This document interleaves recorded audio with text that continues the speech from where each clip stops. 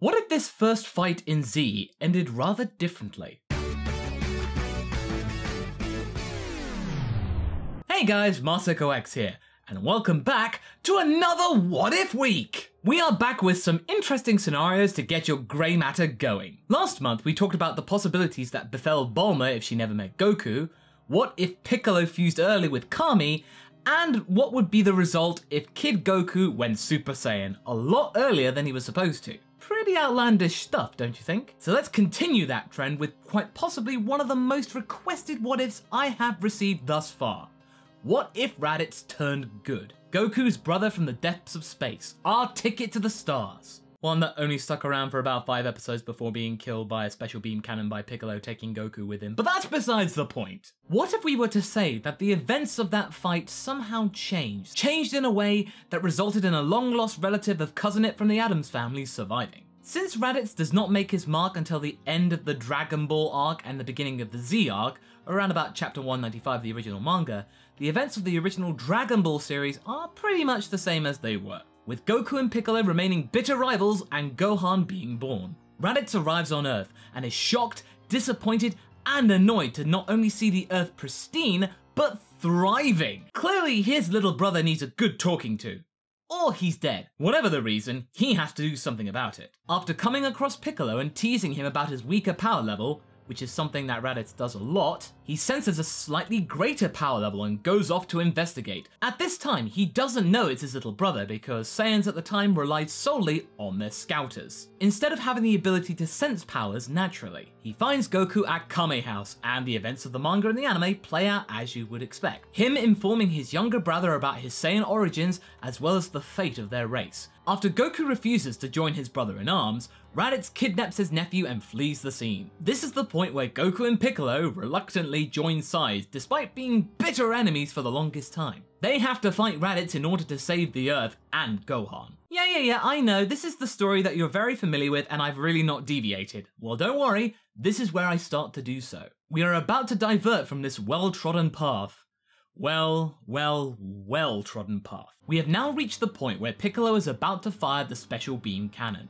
Now let's just say, like in Xenoverse 1's alternate telling, that Raditz just about manages to muster enough strength to free himself of Goku's grasp. He has just enough time to dodge the special beam cannon, whilst that hits Goku dead on. Oops, Piccolo just done killed the main character. Now Raditz has escaped being turned into Saiyan Swiss cheese, but he is still winded and injured from his spat with Gohan. You know, that moment where Gohan just launches himself at Raditz and kind of body slams him in the stomach? Now let's say in this instance that impact left more of an injury than it did in the anime. At this point, Piccolo would have been rather conflicted about the whole incident. Yeah, he kind of let the enemy escape, but at the same time, he managed to best his rival, Goku. At this point, he'd be doing a lot of processing and not really paying attention to Raditz. Now, Raditz would have used this time to fire an energy blast in Piccolo's direction, giving him a quick getaway whilst being able to recover from his injuries in solitude. Wait, what?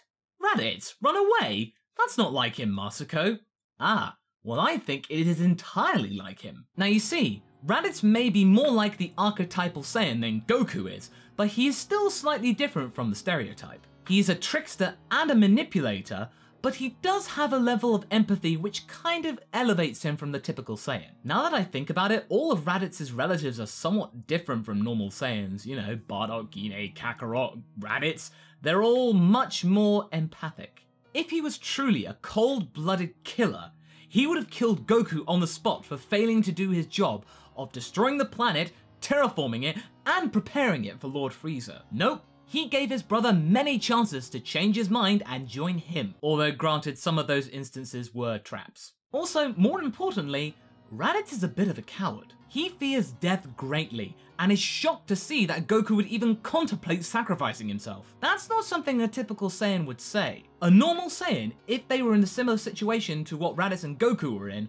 would have commended Goku for his wise and cunning strategy. They would have been impressed by Goku's actions. Not Raditz. He was horrified. If you saw Raditz as your first true example of the Saiyan race, you wouldn't really think much of them. This also might explain why Raditz is so weak in comparison to Vegeta and Nappa. His less valiant persona probably gave him fewer opportunities to get a Zenkai boost. You know, getting to the brink of death and then healing up. He probably did that far less often by just not being there because he was scared. So whilst Raditz escapes, the main gang arrives. Like in the anime, Piccolo makes the decision to take Gohan and train him, just in case that Raditz guy came back to try and finish the job. So Piccolo's doing the same thing that he did in the anime, but for slightly different reasons. He's not aware of the incoming Saiyans, Vegeta and Nappa. As far as he's concerned, it's just Raditz. With a little bit of training and some assistance from Goku's brat, they could take him on, no problem, that's fine. They could take out that long-haired maniac. Speaking of Vegeta and Nappa, they have heard everything that's been going on Earth. Remember, those scouters were open the entire time. Once Raditz has been able to recover enough so he can converse with the Saiyans,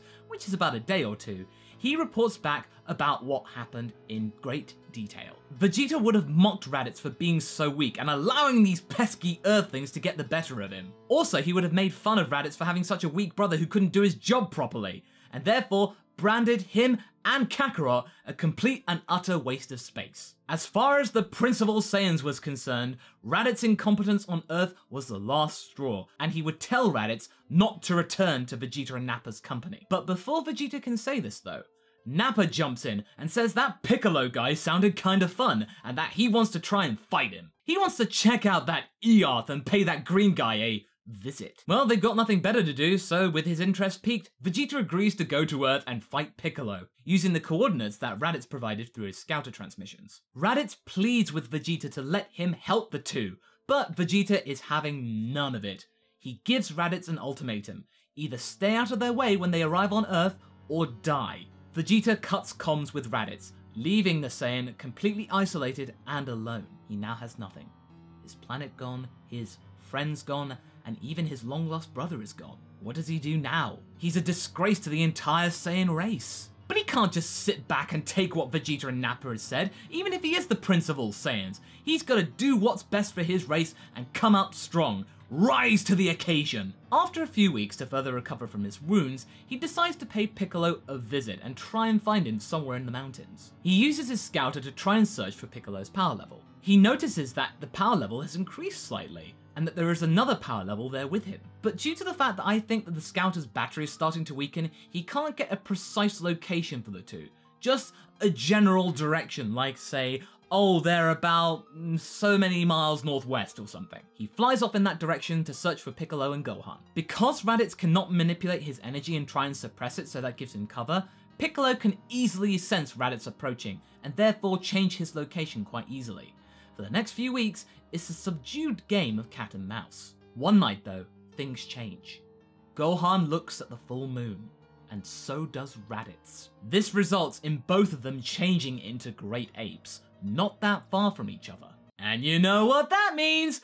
Big Great Ape fight! The two Saiyan apes duking it out, with Raditz being the stronger, and being far more in control of his actions than Gohan is. During this battle, he can sense that Gohan is actually quite powerful for his age. Piccolo is watching this with utter horror, and destroys the moon before Gohan could potentially be seriously hurt, or indeed killed. The two revert to their humanoid forms, with Gohan left completely out cold, and Raditz chuckling, putting on some kind of bravado. Piccolo is about to launch a barrage of ki attacks at Raditz, but Raditz stops him, saying that he shouldn't bother and it's completely pointless. He then uses this moment to inform Piccolo about Vegeta and Nappa's impending arrival, the fact that these two Saiyans are far stronger than he, so Piccolo shouldn't do anything rash. Raditz could help them. Raditz then puts on an act, saying he's so remorseful for his brother's death and has come to respect his younger brother now that he has passed away, and that out of respect he wants to help them and change sides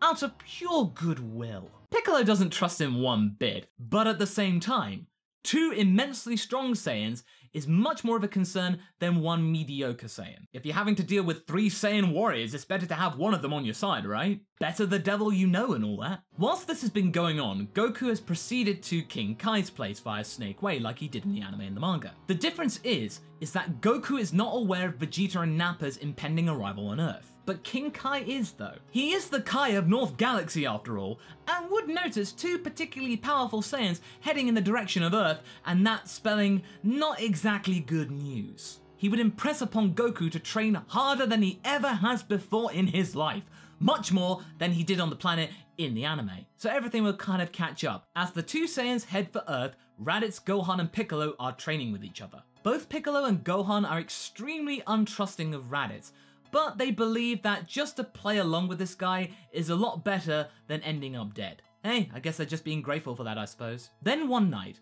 Raditz asks about his brother and what he was like.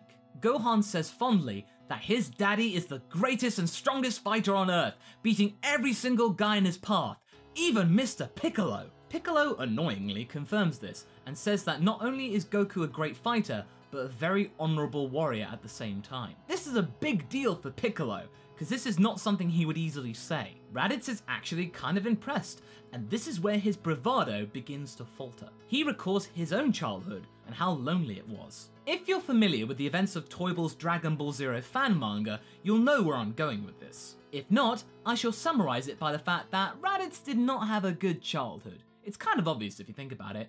Bardock and Guinea, his parents are dead, Kakarot's somewhere out in space, Raditz is left alone, just at the hands of Lord Frieza. Vegeta and Nappa, they're not friends, they're picking on him for being so weak and having a useless father that doomed everyone. Raditz was treated with contempt. What do you expect? By showing this vulnerability finally, Piccolo and Gohan can sense that Raditz is not all that bad. On the inside, he is a scared and lonely soul. Raditz even goes so far as to apologizing for Goku's demise, but quickly regains his bravado and macho vibe. This is where Piccolo decides to share with Raditz that they plan to wish Goku back with the Dragon Balls. Inspired by this news, Raditz is completely revitalized, and Gohan and Piccolo continue to train with him with much more vigor, bringing Tenshinhan, Yamcha, Krillin and Chaozu into the mix as well. By the time the Saiyans arrive, Raditz is a lot stronger. Strong enough to even hold his own against Nappa somewhat. The Z-Warriors meet up with Vegeta and Nappa as they do in the anime. Vegeta mocks Raditz and tells him that he signed his own death warrant for showing up. He has come to accept that he is weaker than Vegeta, but he doesn't care. He is going to fight for the Saiyan race and make Vegeta rue the day that he banished him from his side. Raditz is a true Saiyan. We then jump to the place in the story where Nappa is about to use his break cannon against Gohan. Sure enough, Piccolo does jump in front of Gohan, but then Raditz jumps in front of Piccolo. Raditz is stronger than Piccolo during this arc, so instead of being completely and mortally wounded, he is able to take it and just about stand up, looking completely badass in the process. He would stand up, snigger, and laugh at Nappa for his feeble attack. Is that the best you can do, Nappa? We then get a short but well choreographed fight between Raditz and Nappa, which gives Piccolo enough time to get Gohan out of the way. Goku then arrives to witness Raditz fighting Nappa and is rather confused about the situation. Aren't they supposed to be on the same side? Vegeta was slightly amused at this fight, but now he's completely bored of it. He shoots a bang beam at Raditz's heart, stopping him dead in his tracks. Literally. Raditz is fatally injured and he falls down to the ground.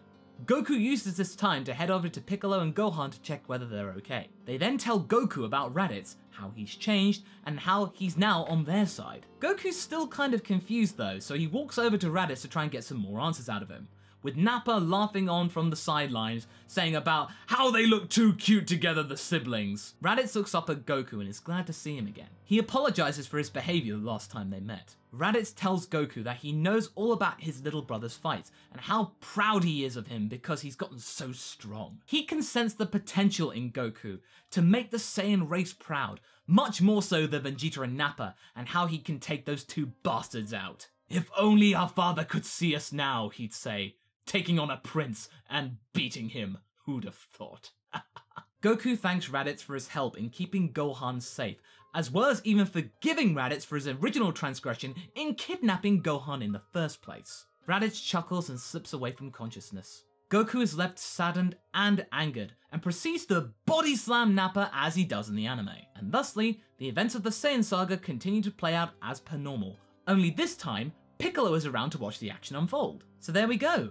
If Raditz turned good, he would have saved Piccolo's life, as well as adding some extra narrative nuance to proceedings in the Saiyan saga. Raditz had come to the conclusion that if he were to be just left alone, just fending for himself on planet Earth, Vegeta would have eventually found him and killed him on the spot. Owing to the fact that Raditz is scared of death, it would be a better idea to side with other people who are vaguely strong, just to give him a better chance at surviving, you know, safety in numbers. Now this doesn't mean he's become a flat out good guy. That would be completely nonsensical for any Saiyan in this point in the story. My definition of good at this point is someone who isn't Vegeta. Now this is more likely a mutual alliance between Raditz, Gohan and Piccolo and the Z-Warriors so as to aid Raditz's long-term survival. It's a marriage of convenience, so to speak. Not only that, but it would have made a rather touching subplot for Goku and Raditz to reconnect as brothers, albeit briefly.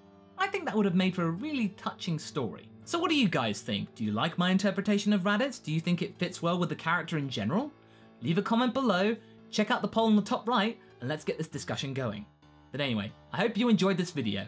Until the next one, be sure to like and subscribe. Catch you later!